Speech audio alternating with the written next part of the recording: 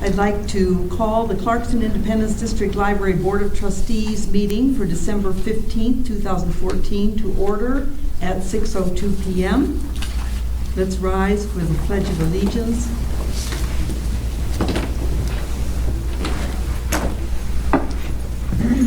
I pledge allegiance to the flag of the United States of America and to the republic for which it stands, one nation, under God, indivisible, with liberty and justice for all.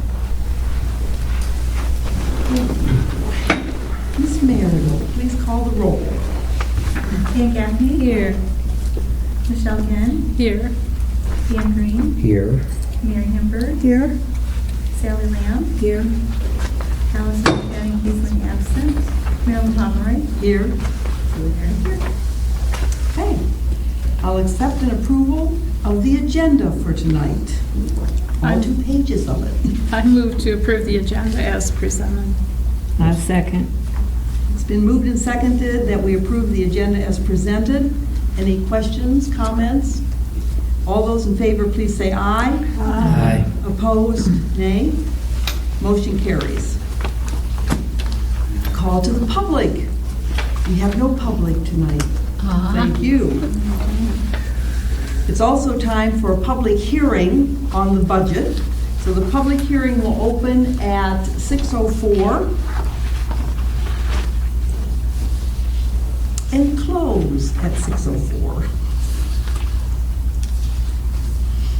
The consent agenda tonight is long. Please look through it very quickly. I think everyone has seen these. I'll accept a motion to approve the consent agenda. So moved. Second. It's been moved and seconded to approve the consent agenda as presented. Does any member wish to discuss any item individually? If not, all those in favor, please say aye. Aye. Opposed? Motion carries. All right, library statistics. So Bill has the statistics report for you as you're accustomed to seeing, and I've been getting comments from the staff, and the comment that I have a comment from Lawrence this evening.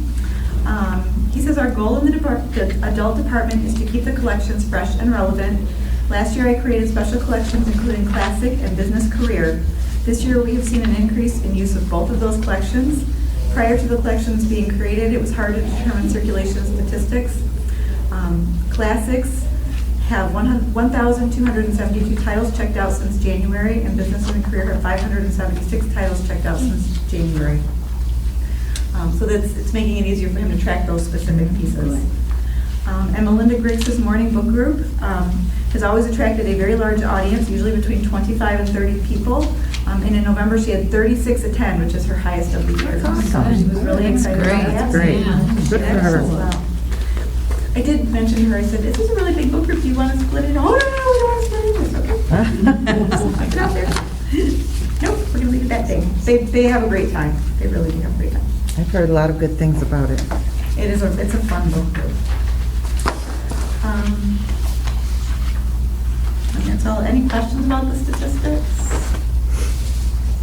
After you've seen these statistics presented in this way, then each month we'll do a comparative and we'll start to talk about how this differs from last month or how this differs from last year and that kind of thing. But until then, we'll just do the comments from the staff just for interesting tidbits. I find it really interesting, these comments. I like to, I didn't really think about the morning. Yes, tell the staff we appreciate the commentary. Well, it is. It kind of points out specific things. I mean, the numbers are great, and I like seeing the numbers, but that's it puts more personal context on it, and I like that. Well, and I tell them it's nice for them to have a direct line to the board, just with the interesting things that are going on, to be sure to pass those along. So, good. And we're pleased to see analysis going on of what's happening in the library. Yeah, that's good. The library director's report. Also in your file. The library's new business and marketing librarian has already been working hard to build collaborations between the library and the Chamber of Commerce, as well as making connections directly with the business community. She started on December 1st and has already met with the chamber leaders and attended 2 chamber events. Today, she met with 2 representatives from the state of Michigan to orient her to a variety of business-related resources at the state level and to train her how to educate others on these topics. So she is hard at work. I wanted to pass that along. Building and grounds. In an effort to work on the many deferred maintenance projects in the library building, we have taken the recommendation from more than one source to try Allied Professional Services, a building services company specializing in general carpentry, plumbing, and electrical work. We've created a list of basic items that need to be repaired throughout the library. Allied sends a handyman to assess the project list, complete as much as he can, and calls in specialists for more complicated repairs. As a client, Allied assigns a specific person to the building for the initial review of each list and creates a building profile that documents the before and after of all projects. The fee structure is on an hourly rate plus parts and supplies, and there's a fee structure for off-hours emergency repairs as well. We will assess the quality of the work to determine if this is a workable solution going forward, and essentially he's in the process of going through that first punch list. And then we can, if we like this service, we can schedule to have them come quarterly, and we create a punch list that comes quarterly, or we can do monthly. We have so much deferred maintenance. He kept coming into my office, and he was here Wednesday and Thursday of last week, and he kept coming into my office and saying, "This building is so neglected." Yes, I'm aware. He would come back and this building is like, yes, I'm aware the building is neglected. That's why you're here. That's why you're here, exactly. He's doing a great job, and so far the things that he's done we're very pleased with. But we've got some bigger, we tried to put some little things on the list, some big things. One of the bigger items that we did put on the list was the changing the lights out in the parking lot, because that requires a lift truck and that kind of thing. So we wanted to see kind of how that would work and how much it would cost us and that kind of thing. So we're going to see how this all works out. In terms of finance, each year the library receives E-rate funds from a federal grant to assist in offering broadband internet to the public. Usually the amount received is approximately $5,000. This year the check, it just came recently, and it was for $6,974.24. Great. So we're very excited about that. Great. In terms of collaborations and projects, the library will hold an open house on Sunday, February 8th from 1 to 6 p.m. to celebrate the expanded hours and to show the community the variety of materials, programs, and services that we offer. In addition, we will use this as an opportunity to gather information about other ways the community would like to see the library improve and develop in the coming months. We just wanted to let people know so they can mark their calendars that that's coming up. Okay. Thank you. Regular business. Can I comment or ask a question to Yes. Julie? On this open house on February the 8th, Yep. are we going to have some plan that we can show the public about our parking lot at that point? Or We can. I did not have that on the list of things, but absolutely we could do I that. think that would be Okay. a really important thing for the public to see is, yes, we got something in the works. Very good. It's a good idea. Yeah. It is the worst section in the Yes. works. The other thing is, if the board is going to be participating in the event to whatever degree we want to participate, I was thinking that it might be nice if there was a way for the public to be able to identify us as board members. So if we can look at something, Like a name tag? name tags would be good. At some point in time, I think it might be nice to have our pictures somewhere, like, this is your library board, so people run into us on the street. Just something to think about. I was thinking as we add new staff, we need a bulletin board Yes. somewhere Yes. in the library. Right. Who are we? Right, yes. Well, because I think that it would be nice if, either in here or if I'm at the grocery store and someone sees me and then recognizes, oh, that's someone from the library, I would like for people to feel like they could approach me and, but they won't know I'm on a library board unless they happen to be watching us on cable even as we speak. There you go. All right. I will add those to my list and we can work on those projects. Okay. Thank you. Okay, any other questions or comments? If not, we'll look at regular business and review and approve the budget on which we have been working for several months. So the budget was posted. It is in your packet. This is something that we have had several meetings about already, so tonight is the time that we sort of bring together all of the pieces and parts. I'm going to go over the narrative first, and then I will go over the revenue lines and the various operating lines and see if there are any questions. So attached, you'll find a draft of the library's budget for fiscal year 2015. With the successful passing of a district-wide millage of 1.25 mils, the library will have estimated revenues of $1,831,434. Many significant cuts affecting the library service directly to our residents have taken place in the past 10 years. In addition, there has been neglect to the library building. In 2015 and coming years, we look forward to reinstating hours and programs that were cut and expanding services to provide the community with a 21st century library. In 2010 and again in 2012, the elimination of a full-time position was required to assist in balancing the budget.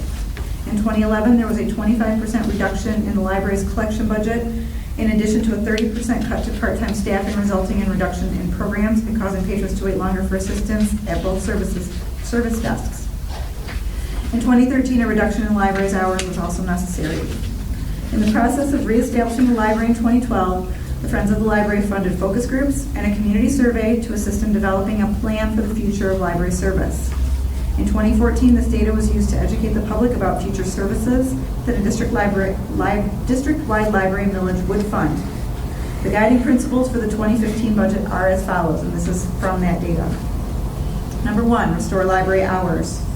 Number 2, replace outdated computers, public computers. Expand programming for all ages to promote lifelong learning. Restore and expand funding for library materials, both physical and electronic. Expand collaborations with the schools. Promote resources that help local businesses succeed. Develop and fund a capital improvement plan for a 22-year-old building. Employment cost assumptions used to prepare this budget are as follows. In September 2014, the minimum wage was increased from $7.40 to $8.15 per hour. No further wage increases are proposed.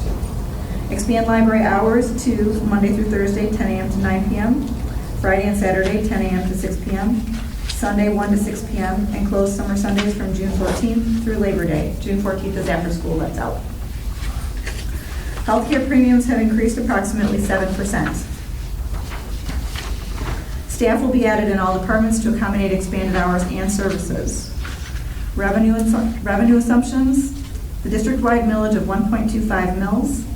The city contract has been eliminated by the district-wide millage. State aid to libraries increased slightly in 2014. Penal fines increased in 2014. Library fine and duplicating revenues estimated based on past collections, and they remain stable. Significant changes to the 2015 budget when compared to the 2014 budget are as follows. Increase to the amount of staff in each department in order to accommodate the guiding principles listed above. Staffing usually accounts for 50 to 65% of a library's budget. This staffing plan is intended to spread the workload of expanded hours and services. Next, increase in subscription budget to allow for the addition of online resources, making the library's resources available 24/7. Increase in operating supplies to accommodate the additional supplies needed for processing the expanding collection. Increase in special events budget to provide expanded programming for all ages. Increase in printing budget to allow for expanded newsletter and better marketing of library resources, programs, and events. Increase in building and grounds maintenance to adequately allow for proper maintenance of the building, including the washing of windows and professional carpet cleaning. Increase to the conference and workshop budget to allow for continuing education of the staff. Increase to refunds and rebates MTT to ensure that the budget is adequate to prevent the need for a budget adjustment. $50,000 was placed in the building budget for the purpose of major repairs to the parking lot. Significant increase to the equipment budget will fund all priority 1 technology items as reviewed by the library board and the library's technology plan. This includes replacement of public computers and critical servers. And then last but not least, an increase to the book and AV budget in the amount of 12% of the library's budget as defined by the CUSAT guidelines for an excellent library. Further comments regarding this budget? The library has suffered from declining revenues for more than a decade, resulting in serious cuts to services and deferred maintenance on the building. Using input from the public and staff, as well as benchmarks to library service, this budget is intended to begin the process of building library services and creating the 21st century library this community wants and deserves. The library staff and library board continue to discuss and develop a capital improvement plan and to prioritize the many items on that list and determine when critical large projects should be done in the months and years ahead. Some money has been set aside to allow the board to approve further projects after additional community input has been gathered in the new year. And at that open house is one of those first places where people will be able to give us that additional input. We take those kinds of things on a day-to-day basis within the building, but that will be a pointed chance for people to give us feedback. Okay. So in your package, you do have the L4029 that was approved at the library board meeting in September. And then the next page is the actual budget spreadsheet that you've been looking at repeatedly over the course of the last several months. So if we go over 2015, the revenue portion, the millage estimate is $1,757,294. The CIA capture we estimate to be about $10,660. State aid, as we've talked about before, is kind of a moving target. We never know, especially when there's been changes in the legislature, what that money will be. So we make a conservative estimate of about $10,000. This last year it was $17,000, but it's been, that was an anomaly. It had been around $10,000 to $12,000 for 3 years running. So we're afraid to go back up and then be short in our budgeting. The contract with the city obviously is gone now because that is handled by the district-wide millage collection. Penal fines, we've estimated to be about $45,000. Fines and fees about $20,000. Duplicating in photo about $1,800. Interest about $3,000, and E-rate about $5,000. And then we also have, as laid out, as we've discussed a number of times, at the top of our spreadsheet, we have the wages. And as I said, there is no wage increase in this budget, proposed in this budget, except for accommodating that change to the minimum wage that occurred in September. What we have done here is hire additional staff to lift the workload from the staff. We've been spread really, really thin in order to accommodate the additional hours and programming. And then as discussed in the narrative, we've made increases to various line items in order to accommodate those 7 principles. So, any questions? Approximately how many part-time pages do we have? You mean shelvers? Shelvers. Well, they're called pages, but the public may not understand that that's what we mean. We had 4. We have gone up to 6. We got as high as 8, but we have 2 that are leaving. So, so right at the moment we're up to 8, but we know that we're losing a couple of them. So 6 people are shelving all of our materials. Yes. And we're buying more materials for them to shelve. They're hardworking little worker bees. But this budget is written to accommodate as we go forward. As we discover that we need additional staff, there's a cushion in here. We did hire some additional staff to make sure that starting in January, when we do have those expanded hours, we're ready to hit the ground running, that we're not going to completely overwhelm the staff we already have. But it's going to be, it's going to take a little time for people to discover that we've got those expanded hours, and so we have wiggle room in there that we can add staff as needed. So we don't want to have so many people in play that we can't offer them the hours. That we want to hire people, make sure we're offering them enough hours to make it worth their while to work here. So it does accommodate that. Okay. Are there any other questions? We feel like we have this memorized. We have have looked at it a really discussed this.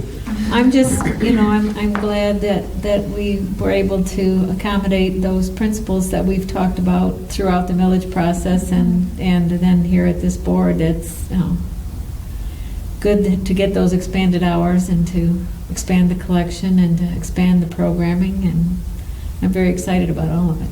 And take care of our building. Yes, and take care of our, I'm excited Our about parking that. lot. New lights, Yeah. whatever. That sounds excellent. All right. So I would make a motion, if it's appropriate this time, that we approve the budget resolution as presented. I'll second that. Okay, it has been moved and seconded to approve the resolution establishing the Clarkson Independence District Library 2015 budget. We will have a roll call vote. Are there any other questions or comments before we vote? All right, in that case, we'll call the roll. Jan Gaffney, Yes. Michelle Ginn, Yes. Dan Green, Yes. Mary Himberg, Yes. Sally Lamb, Yes. Johnson, McDadden, Keesling, absent. Marilyn Pomeroy? Yes. Motion passes. Oh, I yay. feel like you've given birth to a budget. It was a tough labor, but we did it. But it was very much worthwhile. It was very This much the- worthwhile. It It's- really needed detailed and much scrutiny. So we are pleased, it was well presented and discussed at length in these public meetings that we held in the last couple of months. All right, let us move on to reviewing and approving some budget adjustments for 2014. We almost made it to the end of the year with no budget adjustments. I found two small adjustments that we need to make. Included in your board packet is the year-to-date expenditure report from the library's accountant for the purposes of making any final end-of-year budget adjustments. Most of the line items appear to be able to cover the remaining expenses of 2014. We have two remaining invoices in line 900, which is printing and publishing, that will total approximately $700. The amount remaining is only $359. After balancing the payment to the township for the MTT rebates, there was more money than expected left in that line item. I propose moving $400 from line 964.703 MTT rebates to line 900, the printing and publishing budget, to cover these expenses. And then the other budget adjustment, which is not written in the agenda form, which the accountant and I just realized today, at the budget meeting in November, at the beginning of November, we discussed the healthcare savings program, and we discussed that Keegan, and I put a copy of it in your packet, we discussed it at that meeting, but we did not have a formal vote on it. It's the situation where she was supposed to be receiving her HCSP contributions from the township, and we discovered that they did not do that, and the board would like to give her that money. But we obviously did not have it budgeted in because we did not know that we were going to be making that retroactive contribution. So I recommend that the library board move $4,150 from the library's fund balance into the library's OPEB line item, which is 719, for the purpose of rectifying this situation.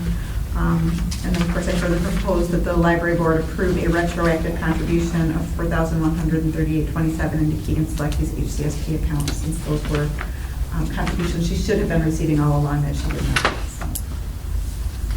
Would we like to make that motion as one motion to cover both items? Sure, I think that's appropriate. They're both budget changes, so I would move that we make the budget adjustments as presented. I'll second. Okay, it's been moved and seconded that we make two budget adjustments. Any questions or comments? I would like to comment that actually, considering how we were kind of operating by the seat of our pants, good job on minimal budget adjustments at the end of the year. Thank you. Well, that's Sharon. I give her full credit. That's great. That's nice that you don't have to do too much scrambling to... She pulled it all together. She came out on Friday and sat down with me, and we went over it. And actually, on Friday, she said, "You don't have to make any budget adjustments." And she left, and I looked at me and went, "Oh, shoot, we have these two invoices coming in for printing, and then this other one that we hadn't formally approved that we did need to do." So almost done. Yeah, no, but that's good That's because only it's not $4,500. unusual to have a bunch to make. Yep. What percentage is I that? definitely expected more than that. Well, we've been keeping up with it all along. You did make several. But yes, we did. Back But a few months ago, Yeah. but we, as I said, we've been keeping up with them as they go along, so. For our first full year of, yeah, I think it's good. I think that that's really Oh. minimal to. It is, and all of them were fairly reasonable. I mean, there wasn't anything that was outrageously large. So. all right. All those in favor of these two transfers, please say aye. Aye. Those opposed? The ayes have it.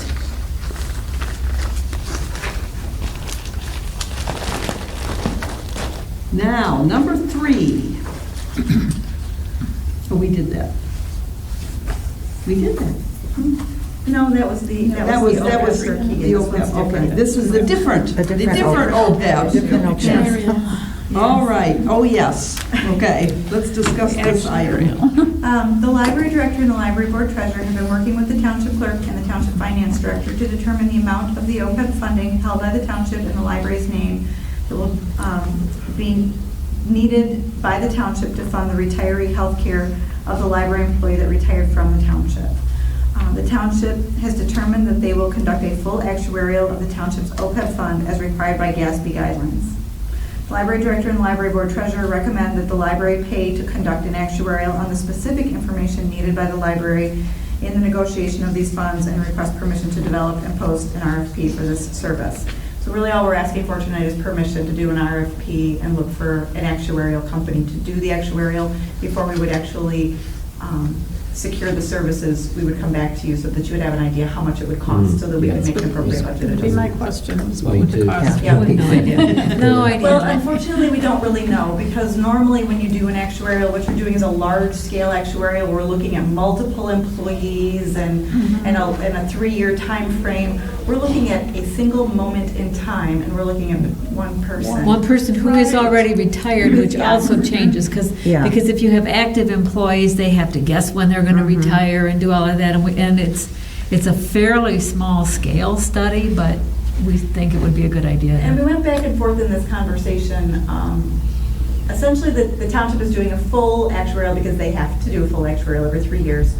And originally, the conversation we had was that they were recommending that we also conduct an actuarial, like a full actuarial, using all of the same guidelines and to make sure that the numbers, like 2 independent actuarials to make sure you get the same number. If you're using all the same assumptions, it is essentially like doing an algebra problem. We're going to end up with the same number.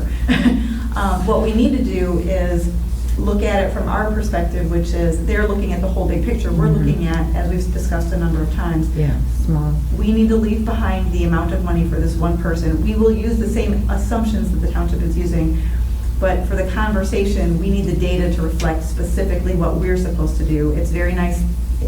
I don't see any point in us paying for an actuarial that covers all of the This is employees really for the great. entire township. Yeah. That would be, that doesn't Or make even any all of the sense. library employees, because we're not funding healthcare the same way. No, we're not, and that wouldn't even be prudent. No, it monetarily wouldn't make to do any that, sense at all. to do But that one. to look at that In the initial one. conversation, it did, and the more we looked at it and kind of tried to figure, because we've never done anything like this before, and there are not a lot of examples of this. As the I more we don't discussed it, imagine. the more we realized that we were going at it the wrong way. What we really need to do is just, as was originally discussed when we were going through the school district library agreement, we need to capture that amount and be able to speak to it clearly, and then that's what it is. So,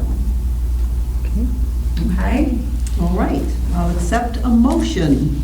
I move to approve the library director and the library board treasurer to develop and post an RFP for an actuarial on the OPEB fund held by the township in the library's name to acquire the information needed for these negotiations. Second. Okay, it's been moved and seconded that we develop and post an RFP for an actuarial. All those who have any comments, speak now. All right. Just had to make sure we're all awake. Those in favor, please say aye. Aye. Opposed, nay. Motion carries. And at this time, I'll accept a motion for adjournment. So moved. Second. It's been moved and seconded that we adjourn at 6:30. All in favor, please say aye. Aye. Opposed? Motion, we are adjourned at 6:30. Thank you. Very